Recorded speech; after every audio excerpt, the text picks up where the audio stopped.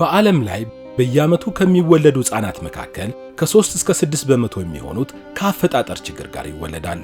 ለአብነትም የከንፈርና የላንቃ መሰንጠቅ፣ የዞረ እግር፣ የህብለ ሰረሰር እንዲሁም ከጀርባ፣ ከልብ፣ ከአጥንትና ከጭንቅላት ጋር የተያዙ ችግሮች ተጠቃሽ ናቸው።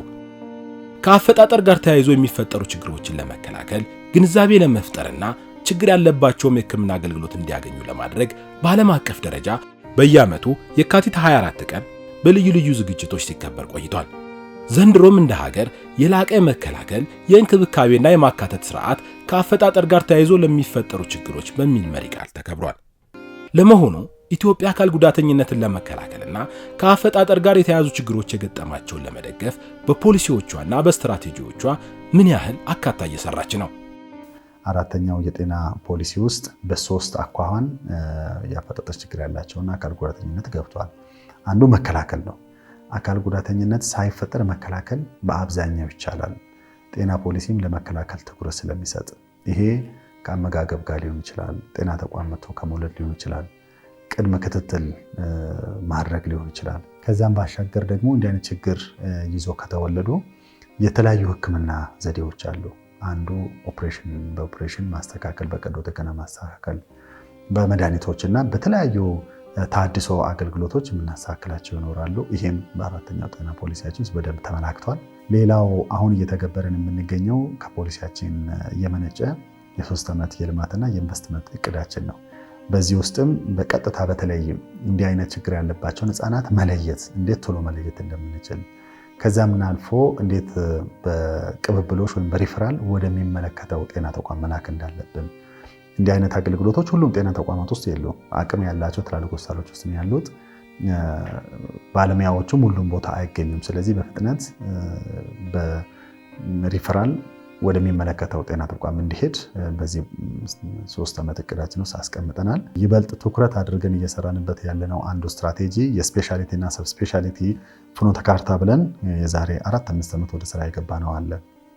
በዛ ውስጥ እንግዲህ ሀገራችን የሜዲካል ቱሪዝም ማዕከል መሆን አለባት ብለን ስንነሳ አንዱ ትኩረት እናደርጋለን ብለን ያሰብነው አካል ጉዳተኞች እንዲሁም ደግሞ ሲወለዱ የተፈጥሮ ችግር ጋር የሚወለዱ ሕፃናትን ማከም ነው። ለዚህ ብዙ ዜጎች ወደ ውጭ ይሄዳሉ። ይሄን ለመከላከል አንዱ እንግዲህ በፖሊሲያችንም ያደረግነው የአካል ድጋፍ ተቋም ወደ ስራ አስገብተናል። የሪሃቢሊቴሽን እና አሲስቲቭ ቴክኖሎጂ ስትራቴጂ ዶክመንታችን ዘንድሮ የሚያበቃለን ሪቪዥን ይፈልጋል። ስለዚህ ይሄ ሁሉ ለመነሻ ኒዳችን ምንድነው፣ ምን ቦታ ላይ እንገኛለን የሚልና እንደ ሀገር ደግሞ እንደ ክፍል በእኛ ዊንግ የተያዘ የሰርጂካል ዌይቲንግ ሊስት ቅነሳ እቅድ አለ።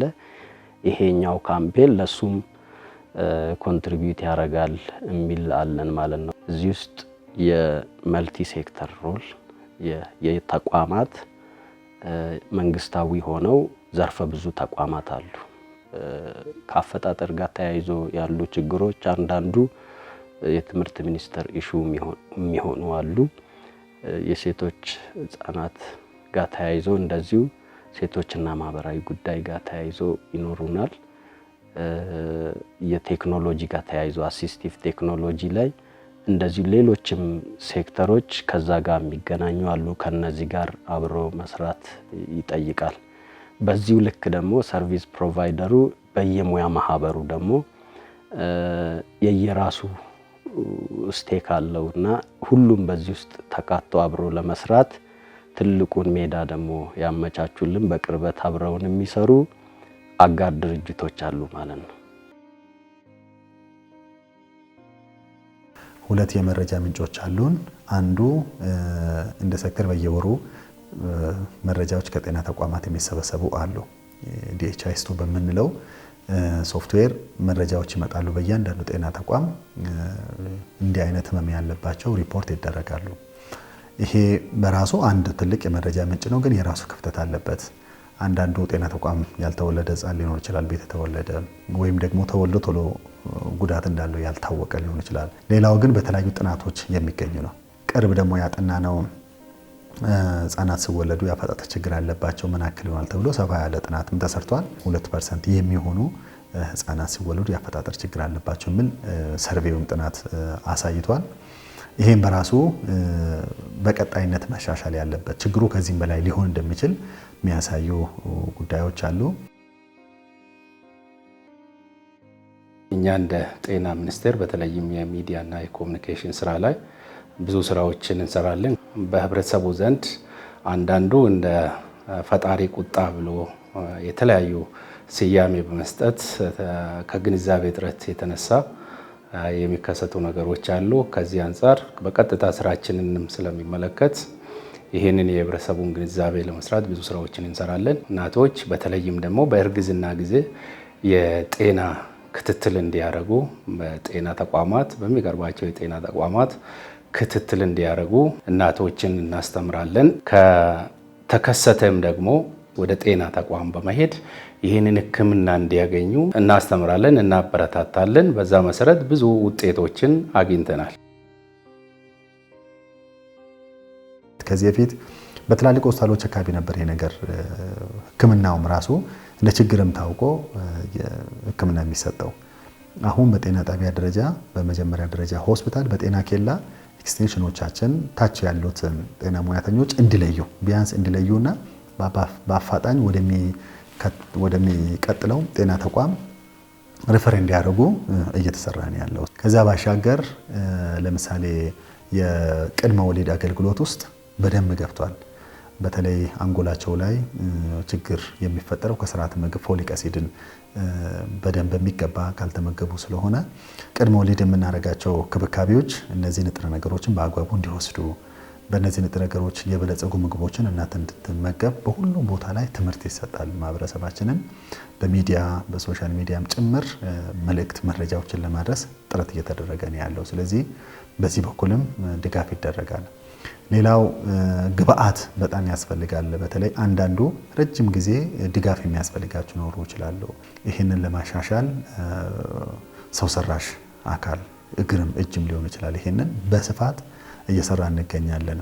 ወደ 13 የሚሆኑ የታድሶ ተቋማት በየክልል አሉ። ከሁሉም በላይ ግን እዚሁ ወደ አስኮ ያለው የአካል ድጋፍ ተቋማችን በተለይ የእጅና የእግር ሰው ሰራሽ አካል በሰፊው እየሰራ ይገኛል። በዘንድሮ በጋራ በመሆን የላቀ የመከላከል የክብካቤና የአካታችነት ስርዓት ከአፈጣጠር ጋር ተያይዞ ለሚከሰቱ ችግሮች በሚል መሪ ቃል ሁሉም አንድ ላይ መጥቶ በአንድነት ይሄንን በአዳራሽ ብቻ ሲከበር የነበረ ከአፈጣጠር ጋር ተያይዞ ያሉ ችግሮች ቀንን ከነዚህ ልጆች ጋር በማሳለፍ በፕሪቬንሽኑ በመከላከሉ ችግሩ ጋር ያሉ ህጻናት ጋር ደግሞ መሰጠት ያለበት ክብካቤና ኬር እንዲሰጥና አካታች የሆነ ስርዓት ደግሞ እንዲኖረን በጋራ እንደ ሀገር በዘንድሮ የአንድ ሳምንት ጊዜ ተሰጥቶት እንደ ሚኒስትሪ በሚኒስትሮቻችን አቅጣጫ መሰረት ማርች 3 በፈረንጅ አዲስ አበባ ላይ ሀገራዊ የመክፈቻ ስነ ስርዓት ተከፍቶለት ከማርች 4 እስከ 8 ደግሞ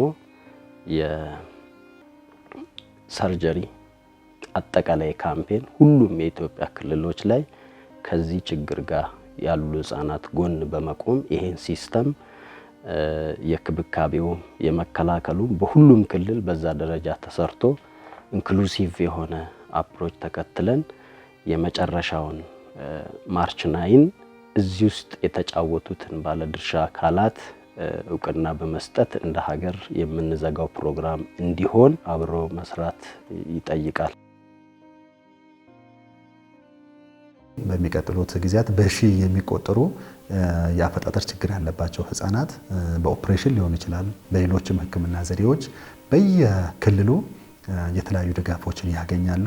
ውጤቱን ደግሞ ሰብስበን ምን ያክል ለተሰራ ለማህበረሰባችንም መልሰን የምንገልጽ ይሆናል። በዚሁ አጋጣሚ ግን ማህበረሰቡ የአካል ችግር ያለባቸውን በተለይ ደግሞ በህፃንነት ጊዜ ቶሎ ህክምና ከተገኘ ሙሉ በሙሉ ሊድኑ ስለሚችሉ ቤት እንዳያቆይ በጊዜ ወደ ጤና ተቋም እንዲመጣ የእድገት ሁኔታቸው ችግር ላይ ሳይወርቅ ቶሎ ህክምና እንዲያገኙ ማህበረሰቡ ማምጣት እንዳለበት በዚሁ ማሳሰብ ፈልጋለሁ።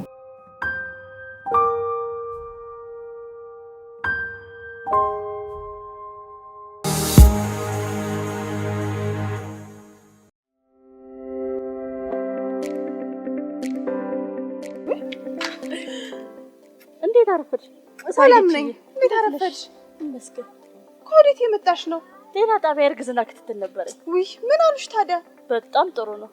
ስለኔ አጠቃላይ ጤና ሁኔታ፣ አመጋገቤን፣ ስለ ጽንሱ እድገት፣ የደም ማነስ ምርመራና ሕክምና እንዲሁም ሌሎች ብዙ ምርመራዎች ስላገኘው እኔም ልጄን በጥሩ ጤንነት ላይ ነው።